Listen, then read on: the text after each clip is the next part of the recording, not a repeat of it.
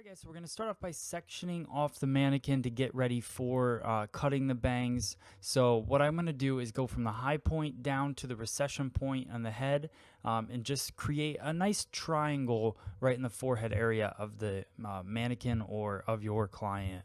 Now I'm going to clip that away. I've got my triangle. Now I'm going to take a left-hand side parting. We're going to start off creating a heavy, longer side bang. So what I'm going to do is go with really low elevation. The lower the elevation when you're cutting a bang, the heavier it's going to be.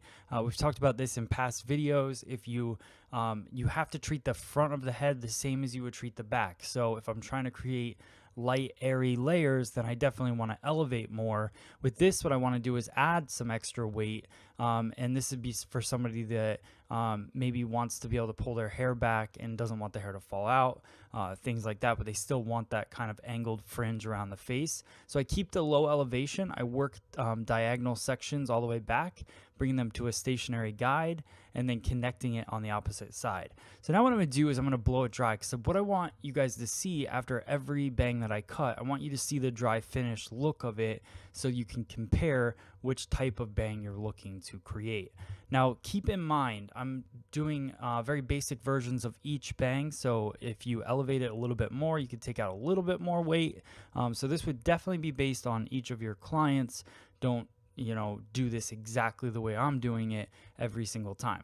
So now we're gonna use our VibraStraight iron, go through, iron it out, just so you guys can see that polished finish and how the bang is actually gonna lay. Some guests really like that heaviness in the front, especially if they have a lower density or kind of a weaker hairline. And like I said, if they want to pull all their hair back and not have the hair falling out. So now we're going to move into a light, long side bang. And what this is going to do, it's going to be cut pretty much the same. The only difference is now we're elevating the hair. So we talked about the more you elevate the hair, the lighter it's going to be in the front. So I'm doing a 90-degree elevation with a stationary guide. So I'm over directing everything over to the same point, pushing it away from my body. I like cutting from a short to long point, so that's why I'm pushing the hair away. You could stand on the opposite side and pull the hair towards you, just really whatever makes you comfortable. But I'm working that stationary guide, cutting, and what that's doing is collapsing that hair, but it's giving it a seamless feel because of the fact that I'm following the head shape. So just make sure when you elevate the hair that your finger angle is parallel with the forehead. If you elevate any higher, it's just going to collapse it too much. So now we're going to blow it dry. I want to show you guys the difference. You can really compare the heavy bang as opposed to the light bang. So I think that this is such a good visual for me. This is a video that I've wanted to create for a long time because we don't get the opportunity to see these visually next to each other, all these different haircuts and different ways of removing and keeping weight. So you could see the flow, it works really well. You can see the weight that's been taken out right around the edges of that haircut where it was heavy before. So it just makes it a lot easier for your guests to be able to style it and maneuver it. So now we're going to work on a shorter side bang. And what I'm going to do is take diagonal forward sections, over direct them, creating a stationary guide. And again, because we want to go heavy, I'm keeping my elevation low and cutting with my finger angle parallel to my parting. So just making sure I keep that consistent. Now, if you wanted to create a little more of a light feel to this fringe, what I would do is just suggest slight elevation after each section that you take. No one says that you have to stay either stationary or kind of extremely move it. You could just slightly lift it as you go around that curve of the head, and then you won't get so much of a weight line on the opposite side. What I wanted to do for you guys today is just show you what that stationary guide looks like. It's got a really cool feel to it, and it really pushes that weight down to the cheekbone area. So you can see that there is a little bit of layering. Why that happens is because as I round the head, my elevations change. So we did create some layering following the round of the head there. Now I'm just connecting the opposite side using my finger angle the same way. And I'll go through, blow it dry, iron it out so you guys can see what this looks like. I think this is a pretty standard bang, and I think this is what a lot of people cut, and then they get upset that it's a little too heavy. So this is definitely, you got to listen to your guest, what they're looking for, but I'm going to show you guys how to make it look lighter and more PC in a second. So we'll go through again with the Vibra Straight iron, iron it out so you guys can see the true shape of the haircut.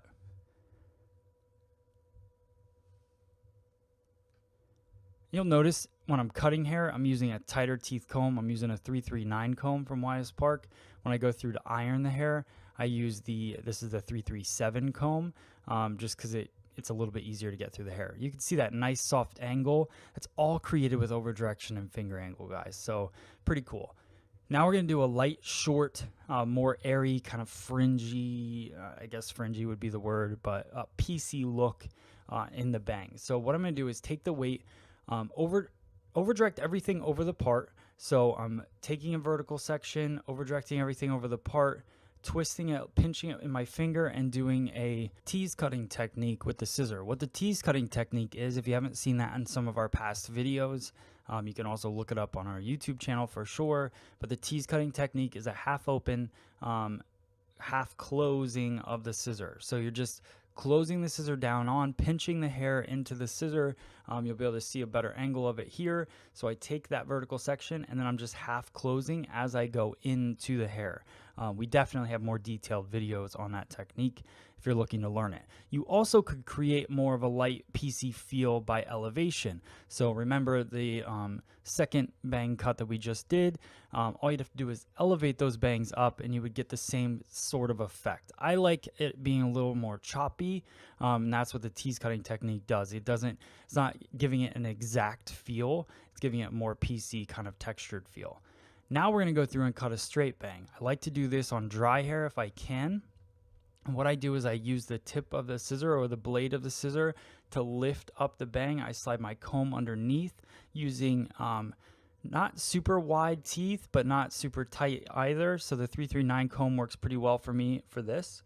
And I go in, I hold the hair up with a nice elevation, not too high, because again, the higher I elevate that comb, the more layered effect I'm going to get on the hair. So I want that nice solid line in there. So I just hold the hair tight with the comb and I go through and I use my blade to cut the scissor and I use the comb to hold the tension. So you can see you get that nice hard line fringe in there. That works for any place throughout the head to create that straight line. Now we're going to go through and create a grunge bang. And this is something that's pretty popular. You'll see it all over Instagram, and you know, a lot of hairdressers are creating this kind of chunky PC bang in the front. It's really short, and then they let the longer hair fall over top. So I wanted to show you guys this as well. I know it's not probably a popular thing in your salon, but people may ask for it, so I think it's good to know it, and it's just fun to cut. So going through, I create that pieciness by really angling my scissor and cutting into it, deep point cutting, and then I go through and I do that tease cutting technique to piece out the overlay. So it's really combining a lot of the different techniques that we did, so you can see how that looks pretty cool.